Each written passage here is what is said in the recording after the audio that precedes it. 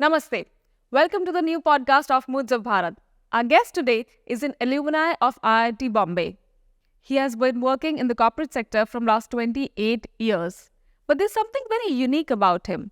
He is also a student of Sanskrit. आप और मैं संस्कृत के बारे में जानते हैं, पर जो वो जानते हैं, that is in-depth knowledge about it. बहुत सारी चीज़ें संस्कृत के बारे में, बहुत सारे notions, क्यों संस्कृत को प्रिजर्व करना ज़रूरी है और वो एक एंशिएंट भाषा क्यों कहलाती है, we will get to know through this podcast with Dr. A.S. Prasad ji. Let's get into a conversation with Dr. A.S. Prasad. Namaste, sir. Namaste. कैसे हैं आप? I'm fine. सम्यक् एव. अहं संस्कृतेन वदामि. Wow, मुझे इतनी नहीं आएगी समझ में. So, but it's wonderful to have you here. Somebody who knows Sanskrit and who is inclined towards Sanskrit so much. It is really a pleasure to have you on the show. Thank you for accepting the invite and coming here for this podcast. To begin with, what attracted you towards the language Sanskrit? Okay, so let me tell you a little bit about myself. Ji. Okay, so then about the journey into Sanskrit. Yes. So, I graduated in 1993 in my engineering degree. Then I worked in the corporate world. I'm still in the corporate world. So I'm currently the general manager of a particular business line for a US listed company and work for the entire Southeast Asia, Australia, Japan, Korea, New Zealand, and India as my territory. So that's the corporate side of the world. And then I have also done a lot of degrees in my pursuit of learning. So I've also done an MBA from the Washington University in St. Louis and IIT Bombay. And I also did my PhD from the University of Petroleum Energy Studies while I used to work for another company called Emerson in my earlier stint.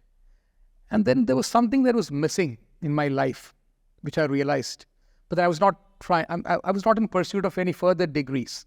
So what do I do? So I need to keep myself busy with the learning curve has to be still on the higher side. And that's when I got into learning Sanskritam. It is just a little before COVID.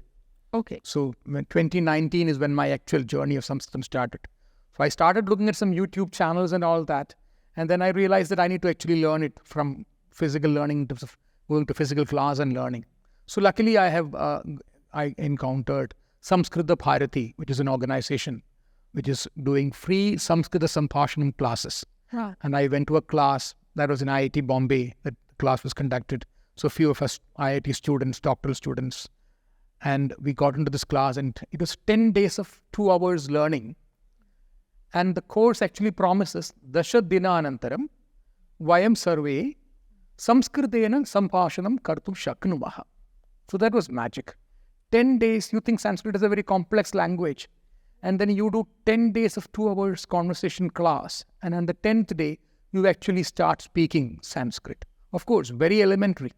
And that's when my journey started. And then I started getting more into learning Sanskrit, the Vyakarana part of it, the Sahityam part of it. And then I realized Sanskrit is such a vast language that there is so much of corpus of knowledge and treasure of knowledge that is there in Sanskritam, which can take me till my last breath.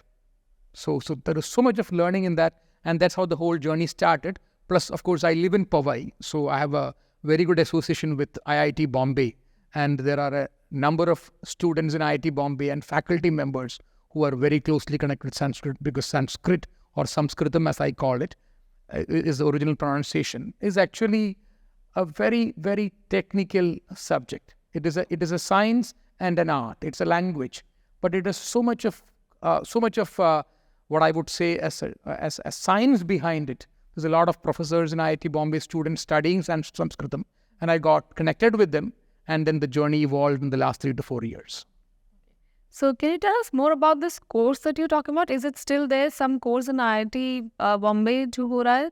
Yeah, what is this? Yeah, so a year ago, there is a center that we started at IIT Bombay. So I'm an alum of IIT Bombay and I've got connected to some professor there. And then we started a center at IIT Bombay called the Non-Formal Center for Sanskrit Education. So it is called Anaupacharika Samskrita Shikshana Kendra.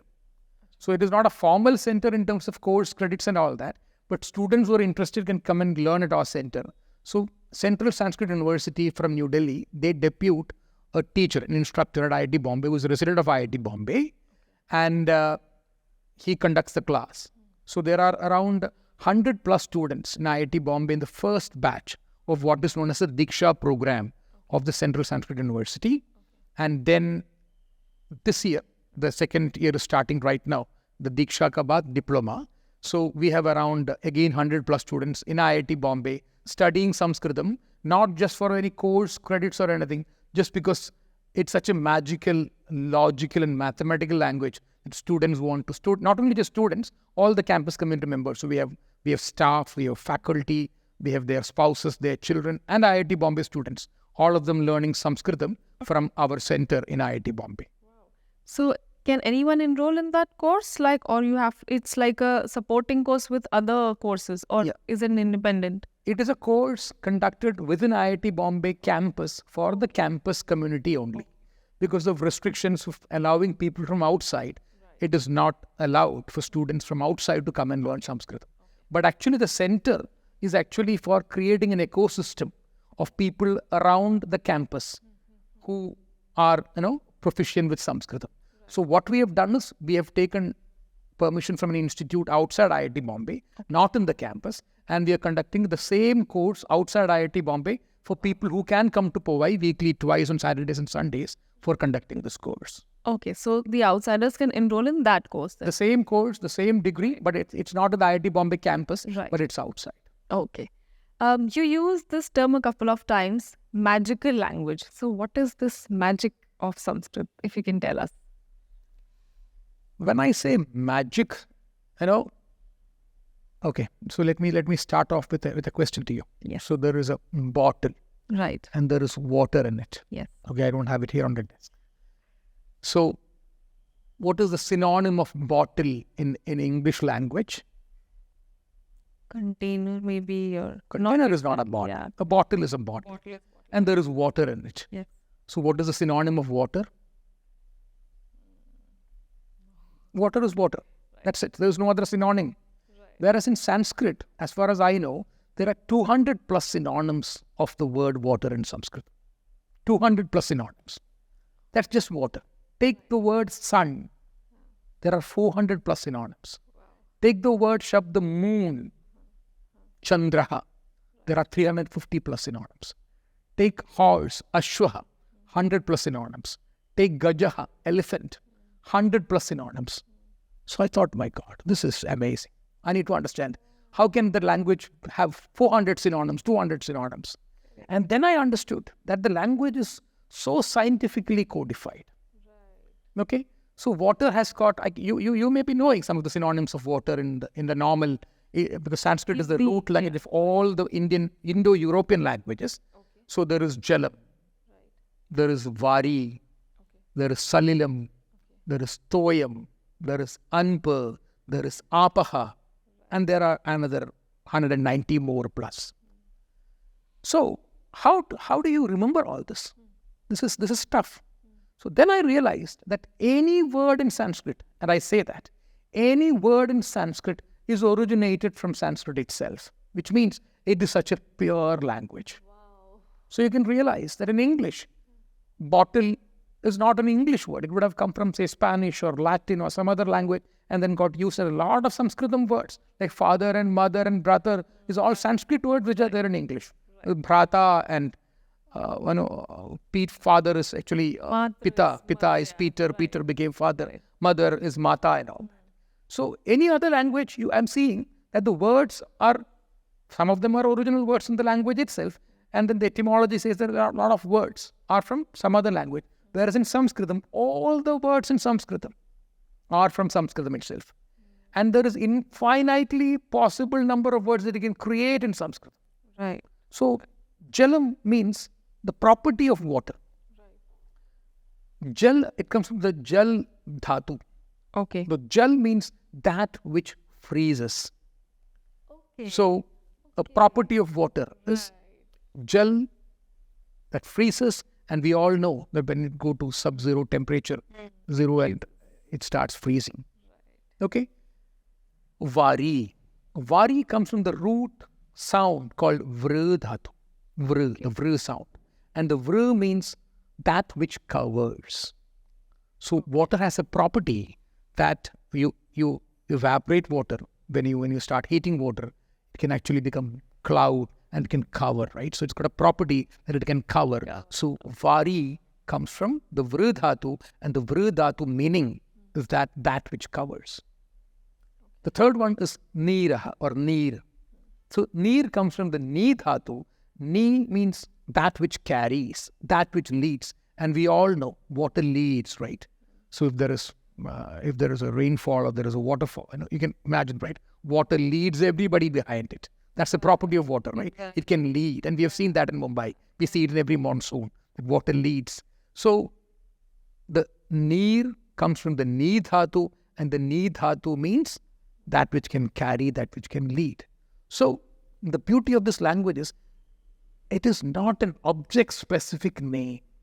It means it's a property-specific naming philosophy. So this is phone. Why is it a phone? It's a phone. We don't know the meaning of where is the phone coming from. Whereas in Sanskritam, you call it Duravani. And you know what Duravani means, right? Right. You can also call it a mobile phone. So you can say Chala Bhasha. Chala Bhasha, right? So that's the beauty of this language. You can coin your own words once you understand the property of the object. So it is not an object specific. It is based on the property of where is it used. And the beauty of Sanskrit is just recently, IIT Kanpur and the Osmania University in Hyderabad, they came up with a dictionary of technology words related to computer. Okay. So everybody says it's an ancient language, so it's not modern.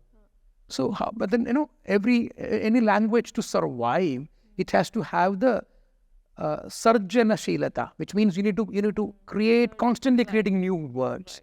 And they created a dictionary around 10 years ago of all the words that are used in the computer world, including network, cloud, router, firewall. These are all common words that are used today, mouse, computer, and all that. So they came up with a dictionary of 141 pages, completely in Sanskritam, of all the commonly used computer terms. And the book was 141 pages with 4,000 plus commonly used English terms translated into Sanskrit. So the language is as ancient and it is as modern. Right. So that's the beauty of the language. And you don't need to borrow words from anywhere, any other language. Right. It all comes from within. Right. Okay, so you asked me about the magic part of it. Right. This is just one magic. And I can sit here and speak to you and talk to you about 1,000 other magic that you can create from Sanskrit. It is that vast. It's such a treasure of our country, and it's our duty to preserve this language. So is that the reason it is also called the language of gods? Like a lot of people say it's the language of gods, Sanskrit, because of its magical beauty? The language of the gods, okay? It is the language of the gods, and it is also the language of the modern day technology geeks. Okay? So when I say language of the gods, what I believe is that the whole process and the path of learning Sanskritam takes you into a different higher level of consciousness. So I was just reading Maharshi Aurobindo Ghosh's article and his sayings, and he says, it is one language, probably it's the only language in which you can express your emotions and your understanding at that higher level of consciousness. So, for example, I'll tell you, in Sanskritam there is a simple subhashidam, and these subhashidams are what are known as timeless. Even Prime Minister Narendra Modi in his parliamentary speeches, and rallies and in conferences, he quotes subhashidams. Okay. So we all need to teach our kids subhashidams at a young age because these are timeless. So it is not like teaching Johnny, Johnny, yes, Papa, or London Bridge is falling down to kids at a 5-year age. Because after a certain age, if they start saying London Bridge is falling down, that's not something that you want to hear from a kid, right? But these subhashidams you teach at the age of 5 years, they can use it till their last breath. It's such a treasure of knowledge. So there's subhashidam which says, amantram aksharam nasti, which means every aksharam is a mantra. Every aksharam is a mantra. Aksharam itself is a Sanskrit word, which means Na sharati iti aksharam. That which does not have any destruction. Naksharati. That is aksharam. So that is a basic thing. And the entire scientific, the language, the way it is codified. For example, in English, you have A, B, C, D to Z. This is the complete aksharamala or varnamala, the alphabets of English. There is really no logic behind it. There is vowels A, E, I, O, U, and the rest of 21 are consonants. And everybody learns it. But what is a consonant? What is a consonant? One that is dependent on the vowel. Yeah, so dependent, independent. But can you take any language and tell me, the Aksharamala, look at the Aksharamala of German or Russian or French and tell me, these are the vowels, these are the consonants with this definition of independent and dependent. You will not be able to. But in Sanskritam, there is a very clear Aksharamala of 46 alphabets. 13 of them are swarams. The rest, 36 of them, 33 of them are vyanjanas. And swaras means they are asprishta. So when you say e, o, it doesn't touch anywhere. The sound comes from within and touches the vocal cords, and then there is no restriction. So that's what swaras is. Asprishta, that which doesn't touch anywhere. There is no restriction. Whereas the first consonant in the Sanskrit Aksharamala is ka. Ka, kha, ga, gha, nga, till pa, pa, ba, bha, ma. Right. And there is a restriction which starts, it is kanthavya, which starts from the throat. Ka, kha, ga, kha, nga, till pa, pa, ba, bha, ma. It is to the lip. So in English language, they call it guttural, palatal, retroflex, dental, labial. In Sanskritam, we call it kanthavya, talavya, murthanya, oshtavya, dantavya, oshtavya. Which means without your lips, you cannot say pa, pa, ba, pa, ma. Right. Yeah. Okay. And why is it called the language of the gods? Because Panini Maharshi, who is supposed to have been 4,000 years plus in BC, he actually was a very dull student. Okay. He was a very dull student. And then he prayed to Lord Shiva. And Lord Shiva comes with his damaru, what is called a kettle drum, and then makes this sound, which actually is a 14 lines called the Maheshwara Sutrani, which is all the alphabets, which Panini understood, Maharshi understood, codified it, and he wrote this great textbook. The first grammarian of the world, Panini Maharshi, wrote the book called Ashtadhyayi, which is 8 chapters, 4,000 plus verses in that, 4,000 plus rules in that. So that's the kind of language that Sanskritam is. It is so pure, and it is the mother of not just Indian languages, it is the mother of all Indo-European languages. Wow. Okay. So we had Rati Hegde ji in the podcast, and we were just discussing something, and she said that Sanskrit mein jo bhi likha hota hai is considered as a religious text of Sanatan Dharma. But you are repeatedly saying it's a scientific language. So what is the truth behind it? Like people say it's only religious textbook or shlokas, but is it just restricted to that, or what is it when you say scientific language? Say, Dr. B.R. Ambedkar, when the Constituent Assembly and the Constitution was being framed, wanted Sanskrit to be the national language of the country. Okay. 15 years he wanted English to be the kind of a link language. And then after 15 years, we need to take out English. And by the time we promote Sanskrit across the country, across all the states, and make Sanskrit the national language. But that did not go through because Sanskrit is the collateral damage of political rivalry in the country. Number one. Number two, Sanskrit is beyond Hinduism, beyond Sanatana Dharma in the narrow sense of it. Exactly. Only 5% of the available textbooks that we have today in Sanskritam or in Sanskrit are religious. The Vedas and Upanishads and all the Puranas that we're talking about is only 5%. Just 5%. The rest, 95%, are in any science that you can think about. It is in Ayurveda, Yoga Shastra, metallurgy, Sthapatya Shastra, architecture. Okay. So, we have Vimana Shastra, which is about, what we talk about aviation and all that. So, India had its own science base thousands of years ago. And all of that is codified in this language. So it's Sanatana Dharma and the Purana and the textbooks and Vedas is 5%. Can you believe that today there are 45 lakh manuscripts still untouched, unearthed, which means we know the National Manuscripts Mission is right now in a mission to actually do optical character reading and automatic speech recognition, which is what IIT Bombay and some of the IITs are working on. So they have programs called the Akshara Anveshani, and in which you're trying to get the knowledge base that is there on these Tadapatram. Tadapatram means Lipi. It's palm leaves. And you want to convert all of that. There's so much of knowledge unearthed in this country yet to be unearthed. And 45 lakh. Do you think there is any other language in the world which will have such a corpus of information? No. And 5%, as I said before, is all what is so-called our religious textbooks. The rest 95% is much beyond that. It's about what we can think about. It's about yoga, Ayurveda. It's about living. It's about technology. It's about medicine. It's about architecture, metallurgy. So it's much beyond that. Everything that exists is actually already everything that existed and that is existing now and will exist in future. It is already codified and kept in Sanskrit manuscripts. It's our duty to unearth all of that and get that and disseminate the knowledge across the world. Correct. For India to be the true Vishwa Guru. Absolutely.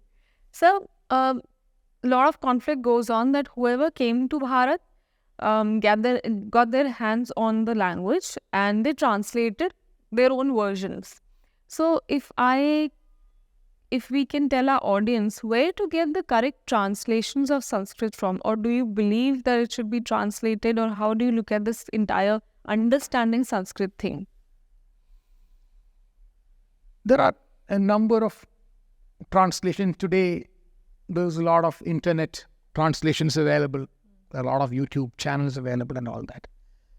And then I started learning the Gita a few years ago. Then I realized that whatever I learn is somebody else's interpretation in a different language. I'm basically from Kerala, so I speak Malayalam. So I started reading Malayalam Gita Vivartanams or Paribhasha or translations, and then English from Swami Chinmayananda and several other scholars. And then I realized it is all their interpretation of the language.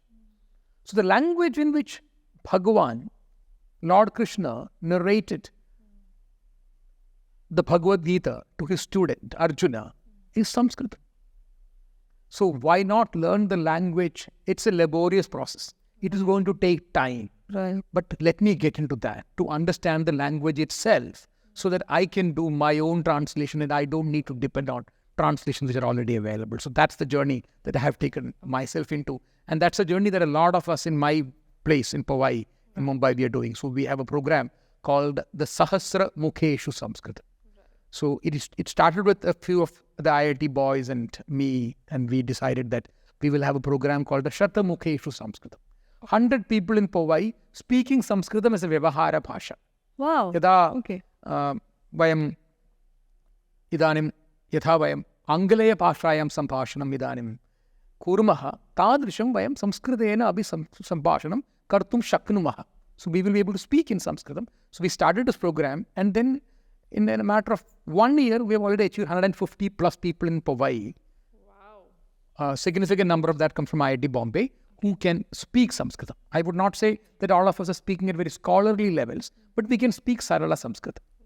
And then we decided that by 2024 end, we should have 1,000 people speaking Sanskritam in Powai. So that's what we've understood. So speaking is the first thing. So you need to speak, you need to listen first, you need to speak, then you need to read, and then you need to write. So those are the 4 steps, right? So we are right now in this step, around 1,000 of us in Powai. As of now, 500 of us are there in 2023. We are trying to connect to people and make them to learn Sanskritam. So the non-formal Center for Sanskrit Education, IIT Bombay, plays a major role in that. Plus, of course, there are other sansthaas like Samskrita Bharati, which is doing a great work in terms of connecting to the young students and teaching them Devavani, it's called.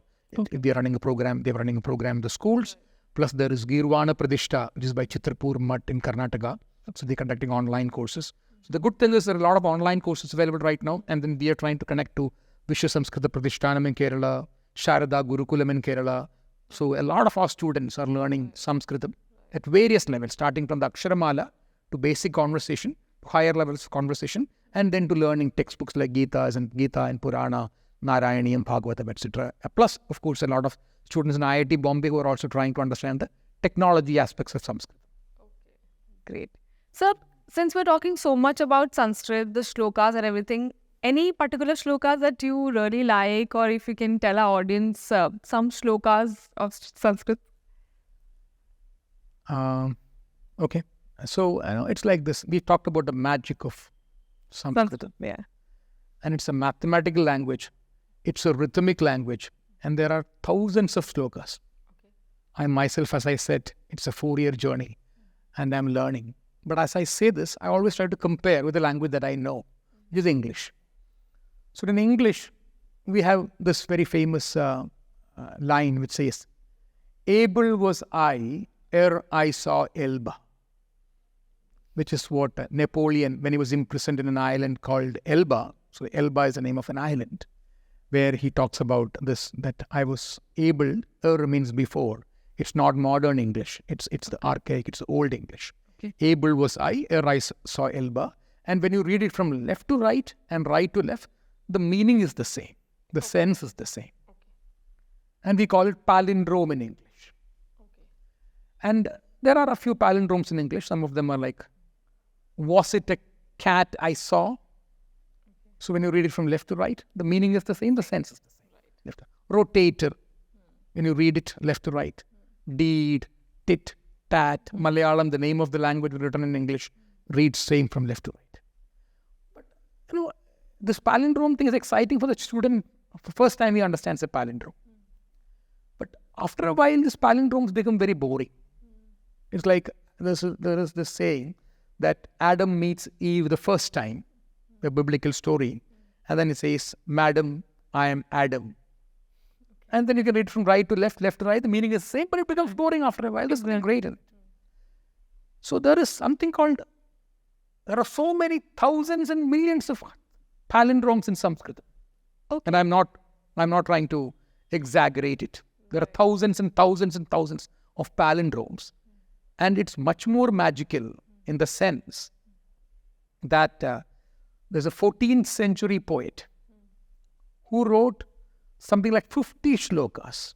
Okay. The 50 shlokas, the poet's name is Divyajna Surya Pandita. Okay. So he wrote this poem with 50 shlokas in it. And each shloka is a couplet. Okay. So the first line reads from left to right. Okay. Tambhu Suta Mukti Mudarahasam Vande Yato Bhavya Bhavam Dayashri. Tambhu Suta Mukti Mudarahasam Vande Yato Bhavya Bhavam Dayashri. The first line. This means, now you read it exactly on the from right to left. Okay. So that reads, Shri Yadavam Bhavya Bhatoya Devam Samharada Mukti Muta Subhutam.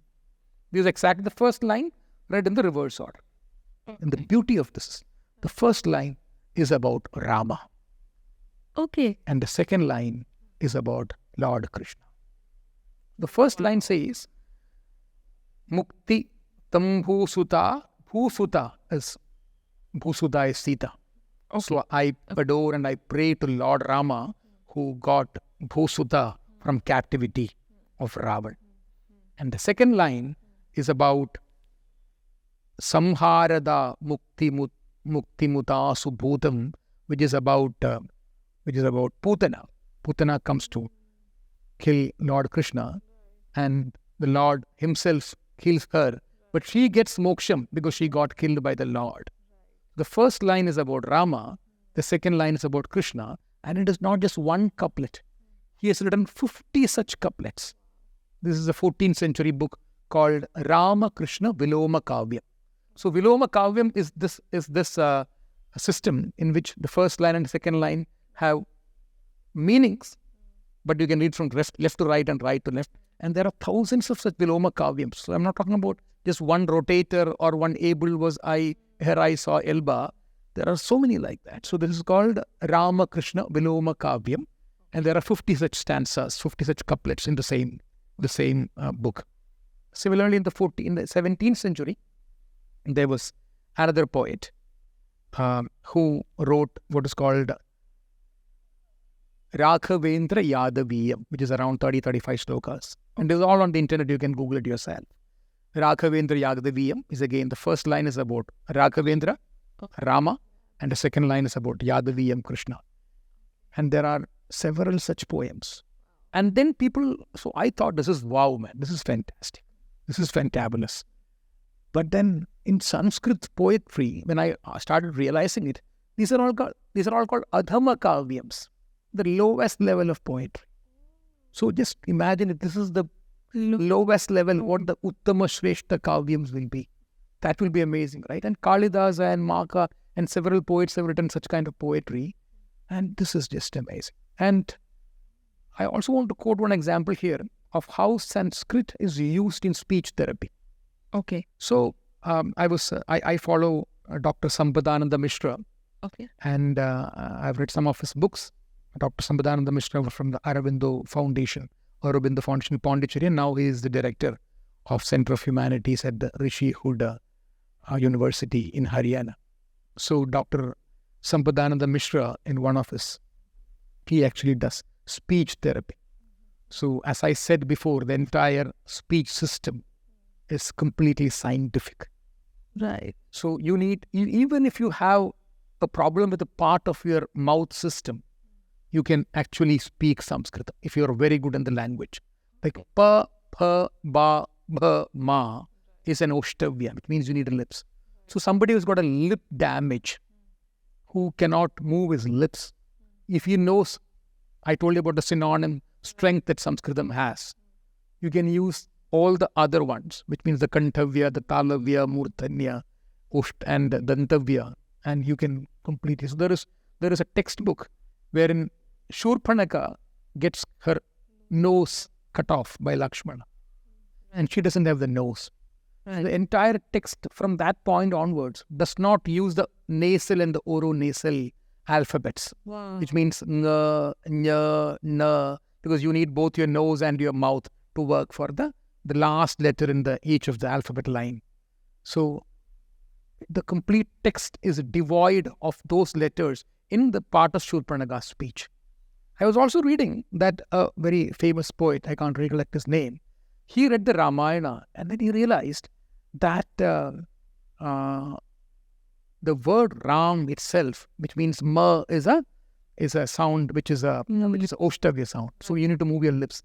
And when you constantly read the Ramayana, you will keep moving your lips, which is not good because you will, the part of your saliva will actually come onto the textbook. So what he did was, he completely, I think it's called a Niroshta Ramayana. So there is no single Oshtavya consonant in that Ramayana textbook. So Rama is not even called Rama, and that's called Raghupati Nandana. So Raghupati Nandana does not have an Oshtavya sound. So he completely rewrote the Ramayana so that there is no single Oshtavya consonant in that. So that's the magic of this language. And Dr. Sampadananda Mishra also talks about how he does speech therapy for children. So there are certain children at a very young age who have cleft lip or cleft palate, and their entire facial system has got. If it's an organic problem, you will need to actually go into a surgery. But then post-surgery and the pre-surgery, you need to do some test to figure out what exactly you need to do in the surgery, and you need to do the post-surgery, you will need to correct the speech. So what he has done is, he gives certain shlokas to children. So certain children cannot say Coca-Cola, they can't say. Okay. Because their ka part of it doesn't work. Okay. So they say Totatola. They can't say Kaka, they say Tata. So what he has done is try to figure out, they cannot say Ka independently, but they can say Ta plus Ta, Ta plus Ka. So he gave a complete list of those words which Ta comes first and ka comes next. And then the kid is able to see that. And then slowly starts giving the kid the next level of exercise. And one such exercise he has given is a poem which has got only the ka and the sound, with the kavarga sound and the avarga swara sound. So it is actually aga gang ka ka ka ka ka ga ka ka ka ka ka ha. Okay, so this has got only and ka and So it is to give strength to this part of your facial, your throat system. So it is aga gang ka ga, aga gang gang ka ka ka ka ga ha ka ka ka ka. So you don't need to use the dental sounds, the tavya and the oshtavya sounds. So through this, you can actually do speech therapy. And what they normally do is the International Phonetic Alphabet System, IPA system, is what is normally used post-speech therapy by doctors. But it is actually complete. IPA system is what you see in dictionaries, all the pronunciation of the English words. But it is actually not logical at all. This system is exactly, you can figure out where exactly in the mouth the problem is, and then you can just work on that and then try to train that part of the complete system. So that's the beauty of Sanskrit. This podcast it has got I would say curative medicinal effects, and that's why I would call it the language of the gods. Right. If this podcast is going really magical by summarizing, I mean, this is something which nobody can think of. How this is actually what you call scientific language. And I haven't even scratched the surface. I'm just a student of the last 4 years. This is just the beginning of the journey is what I would call it. And that is the reason you said that the words come out of Sanskrit only, not from some other language, because whoever has developed this language, they took care of of the pronunciations and in which part of the mouth the speaking gets affected, and to give synonyms for that. Absolutely, yeah. It's a divine language, right. And it is timeless. It is so modern. You can even coin words today based on the property of the object, not the object itself. So are the speech therapists using it for therapies? Do they use? The awareness has started. Okay. And there's a lot of work happening on the Indian knowledge systems. The awareness is starting in our country. So definitely a lot of them are actually starting to adopt this. This is brilliant. Yeah, there is Dr. B.M. Hegde, who was the principal of the Kasturba Medical College in Mangalore. He's 80 plus right now. Okay. He's somebody who believes in the holistic system of medicine, which means both Ayurveda, naturopathy, allopathy, surgical systems, everything mixed together.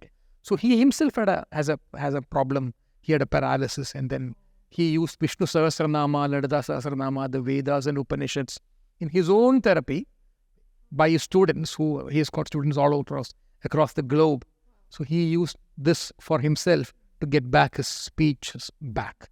So there is a living example of Dr. Hegde himself, and he has gone on YouTube and to talk about how our own native mother language has helped him to get his speech capability back to normal at the age of 80 plus. Amazing. This is a brilliant thing about Sanskrit, which I'm sure the audiences never knew, like me.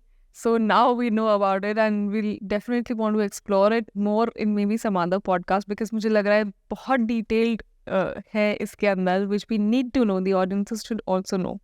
Sir, when you say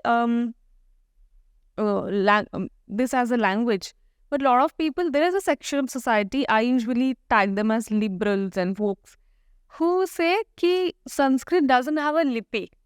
So how do you know? You guys don't have a Lipi, so how can you prove it to be a language, or how can you prove it's the ancient language? Things like that.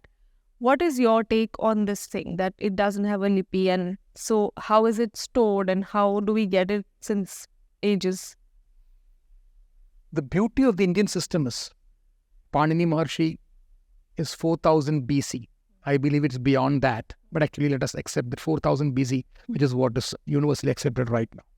So that's 6,000 years from where we are right now. Right. So the Mahabharata, actually, then, if we consider from today. Yes. Wow. Okay. Yeah, 4000 BC is what I say. Mahabharata is 5500 is what I say. Okay, so I will not get into the debate of the timing and all that, because that's controversial. But let me tell you that the Indian system is about rote learning, number one, and it is about through narration. the Vedas and Upanishads and all that has been taught in the Gurukul system is not through reading and writing, but it is through listening and continuously narrating that and chanting. That is one reason why we have been able to preserve that. We have been able to preserve all this because there is no writing and it is just passed on from generation to generation, number one. Number two, let me also tell you that Sanskritam or Sanskrit as a language does not have a lipi of its own. Okay. Sanskritam is one language that unites, integrates Bharatam, and I will say Bharatam, not Bharat, because Bharatam is the Purna Shabdam, that is the name of our country, from Kanyakumari to Kashmir.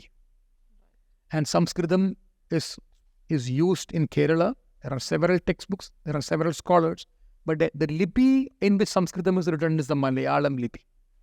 Sanskritam is written in Karnataka in the Kannada lipi. Sanskritam is written in Gujarat in the Gujarati lipi, in the Gurjara Bhasha lipi. Sanskritam is written in Telugu in Andhra Pradesh in the Telugu lipi, which means Sanskritam as a language does not have a lipi.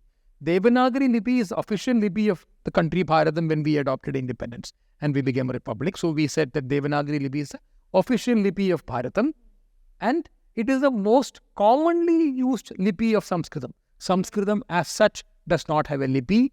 It is, I would say, lipi neutral. It can be written in the lipi of Malayalam. It can be written any of the Bharatiya Bhashas, which has this 46 vowels plus consonants put together. You can write Sanskritam. Whereas most of the textbooks that you see Sanskritam today are in the Devanagari lipi. That is because it is the most commonly used lipi. It is not that you need to write. I write Sanskritam in my own Malayalam, like I write Bhagavad Gita in the Malayalam lipi. So I'm more comfortable with that. But I also want to preserve my lipi. Right. So I love Sanskritam, but I also love my mother tongue. So I'm absolutely not at any conflict with myself. And the beauty of Sanskritam is that when you learn Sanskritam, it is the mother language of all the Indian languages and several Indo-European languages. Your vocabulary and strength of other languages' vocabulary also strengthens when you strengthen Sanskritam. So when you use Hindi, Samskrita Nishta Padams or Shabdas in Hindi, even your Hindi is completely influenced by the Urdu Shabd. And that was so prominent with the last 20 years of Bollywood. But if you start using Samskrita Nishta Padams, Shabdas in Hindi, even Hindi becomes more richer. And it is a kind of a symbiosis in which both Sanskritam and Hindi both benefit in the whole process. And the same rule applies for all the Bharatiya Bhashas. Sir, you said that Sanskritam is the mother of all Indian languages, Bharatiya languages. There is a little debate that Tamil is older, ancient, or Sanskritam. I don't want to drag you in that debate, but just your take on this whole Sanskrit and Tamil controversy that some people have in their mind. Tamil is an equally ancient language with a lot of rich texts that are available today. I am from Kerala. Malayalam is a language which is 60% Sanskritam, 40% Tamil. So Malayalam is a union of both. So they say it's a Tamil child born in the Garbha Patram of Sanskritam. That is Malayalam. Okay. So I will not get to the controversy of which is older, but I can only tell you that a lot of Tamil words are derived from Sanskritam. So there is a parliamentary speech of Subramaniam Swamy in the parliament regarding the Central Sanskrit University bill sometime, I think 3 or 4 years ago. So he says, Karunanidhi, it's a Sanskrit origin name. Jaya Lalita, Sanskrit origin name. The Dravida Munnetra Kazhaga, the party that rules Tamil Nadu right now, the current chief minister's party, is the rising sun. The rising sun is called Udaya Suryan, Sanskritam name. And I will end up with an opposition leader of Tamil Nadu also. Y. Gopala Swamy, Sanskritam name. Gopala Swamy is a Sanskritam name. And E.V. Ramaswamy Naikar is the what you call the Atmiya Guru of the DMK and both the AIDMK. And that is also Ramaswamy Nayakaha is a Sanskritam word. So now tell me, I told you one thing, if a language has to be pure and ancient, all the words have to be from the language itself. So if a lot of words in Tamil are from Sanskritam, which is an ancient or which is a more ancient language, you can derive that answer yourself. I'm sure the audience would also derive the answer themselves, so we'll leave it on them. Okay, sir, I'll take you, not that I want to pull you in politics, but generally, the current central government, it is said that they are trying a lot to decolonize the minds of people in Bharat, because the colonial impact that we had was brutal on the minds, thinking we are less good and all those things. So they are trying to decolonize the minds. Are they also trying to preserve Sanskrit? Are they doing anything for Sanskritam as a language? I just want to tell you some statistics. Okay, some numbers. Take the top 20 world's highest per capita GDP countries. Okay. You can get that from the World Economic Forum or the World Bank's numbers. As far as I know, this number 4 years ago, I have not seen the latest update, but it will not be far different from what I'm saying right now.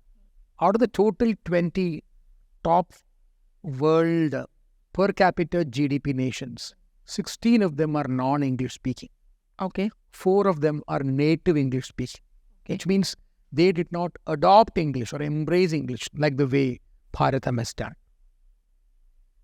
And when I go and look at the list of the bottom 20 per capita GDP nations, they have all embraced English by keeping aside their mother language and have gone after English.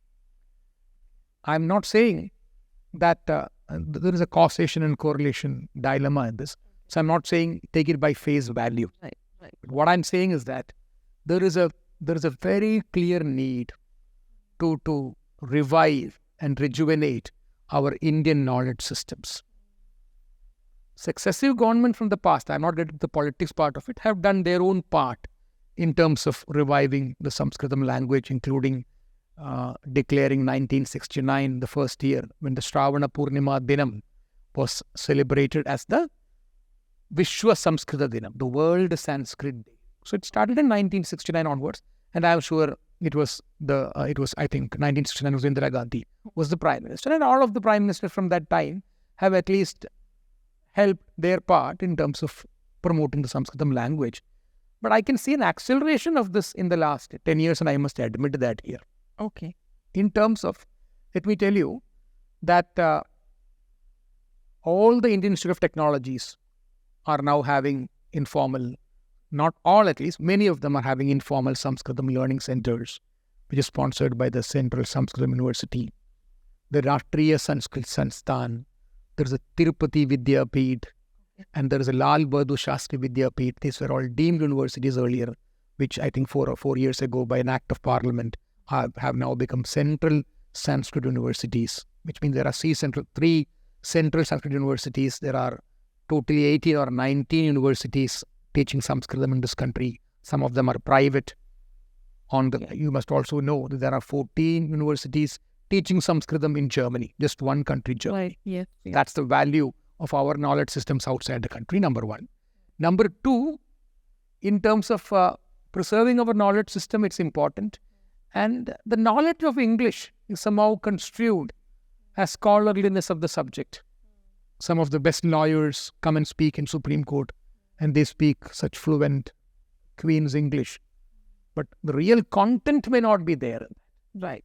And I believe that in this country, a revival of that is required. And I think our current dispensation at the center is cognizant of the need for that. And from, I think, 3 years ago, engineering education in India is now imparted to begin with in 8 different Indian languages. Okay. Which means you can do an engineering degree from, at this point of time, 5 states. 8 states have adopted that.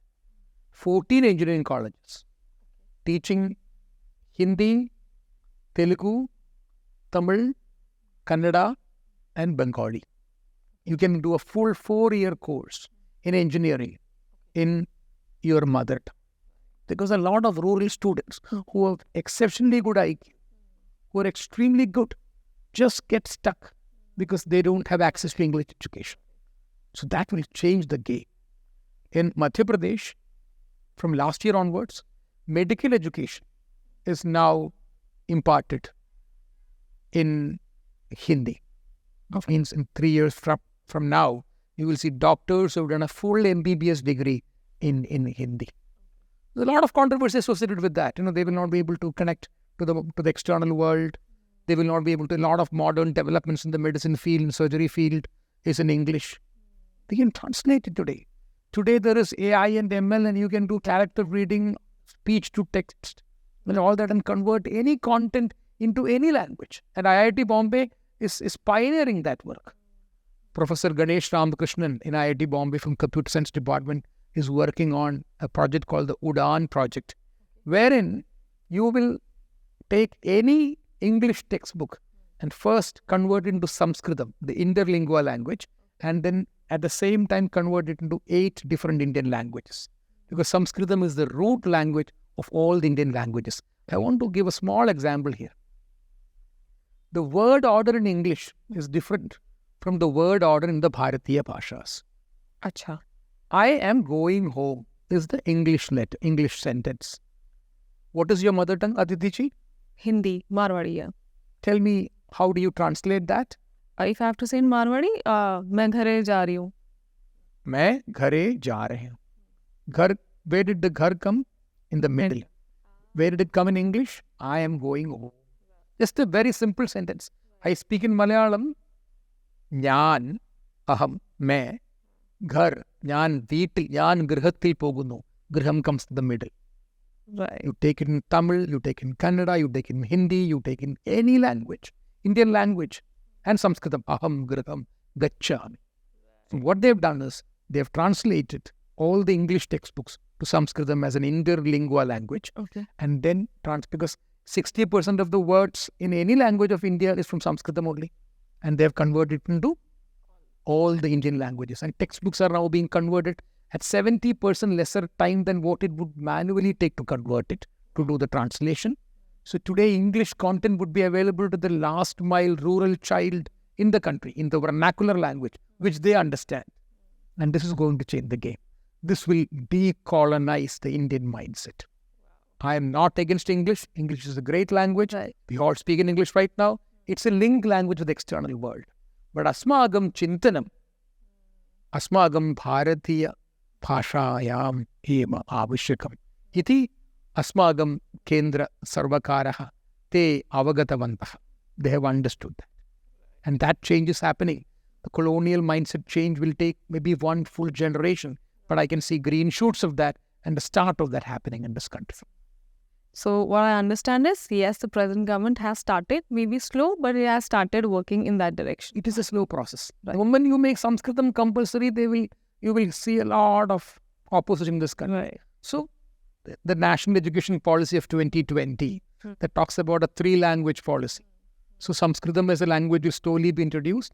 And over a generation, I am sure people will start seeing the benefit of Sanskritam and start adopting Sanskritam as the prime language. Yesterday only we had Dr. Swaroop Sampath in the studio, and she was talking about the national education policy. And the thing that you said, 3-language concept is coming in it. So she said that the 3rd language will be verbal communication language, not that you have to sit and do the literature part of it. So I think that's where Sanskrit also fits in when you say that it can be written in any language. Absolutely. And the beauty is that I will also tell you, the way language is taught in the country, it is taught in the grammar method. But no, you have to talk conversation first. First is listening and speaking. The next is reading and writing. And that is what we are also trying to do in terms of making Sanskritam a Vyavahara Bhasha. Sanskritam asmagam Vyavahara Bhasha bhavet iti asmagam prayatnaha idane. All our struggle and the strive is to make Sanskritam a normal conversation language. That is the first step that we need to do. And then automatically, as I said before, our country is paramparized like that. The parampara will continue. Right. I think the kind of knowledge that you have and the vast subject Sanskrit is about the power of Sanskrit, healing through Sanskrit, and the medicinal properties that the language has. We'll have a separate podcast for that. I would definitely request you, maybe whenever you have time next, we can talk about that in an entire podcast. As for now, you have already spoken and told us so much about the relevance and the importance of Sanskrit. So I will not ask why should we preserve it. I think that's already answered. Only thing I can ask is, as a citizen, as normal people, how can we preserve Sanskrit normally? I think the first step that we need to do is to I always tell people that we need to do 5 things. The 5 things are adhyayanam. Right. We need to study it ourselves. We can't outsource it to somebody else. I know a lot of parents who come and tell me, "Aap Sanskrit karte hai." I also want to teach my kid. I said, first, not teach your kid. You learn it first. Adhyayanam is important. The next one is adhyapanam. So I also have students whom I try to teach out of my corporate world. When I'm free on weekends and other free times, I try to teach others. So adhyayanam, adhyapanam is important. The third one is pracharam. We also need to, today the world is all connected. This device is connected with 8 billion devices globally at any point of time. So the power of social media and the navamadhyamams and all that. So pracharam is important. So adhyayanam, adhyapanam, pracharam. The fourth one we should do is samrakshanam. Okay. Samrakshanam is we need to preserve it. The fourth one will automatically happen if adhyayanam, adhyapanam, anushtana. I missed the third one. Anushtana was living your life itself in that. You need to do it first before giving to others about it. So adhyayanam, adhyapanam, swajivane, anushtanam, pracharam. The fifth one is samrakshanam. It will automatically happen.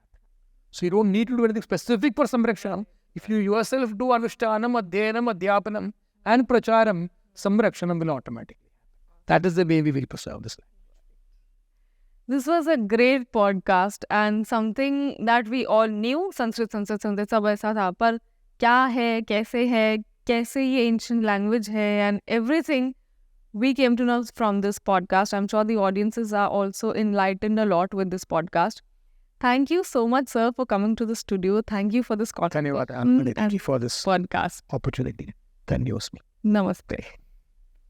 Please like, subscribe and share Moods of Bharat YouTube channel. We were in conversation with Dr. A.S. Prasad ji. I hope बहुत सारे लोगों को संस्कृत के बारे में जो भी confusions थे, जो भी narratives उनके दिमाग में set थे, वो थोड़े से break हुए होंगे. He also runs a YouTube channel by the name Samskritam and Samskriti. Log on to his channel, subscribe his channel और आप भी संस्कृत सीख सकते हैं. Thank you so much for watching this podcast. अगर आपको ये podcast अच्छा लगा हो तो please like, share and subscribe Moods of Bharat. Thank you for watching. Namaste.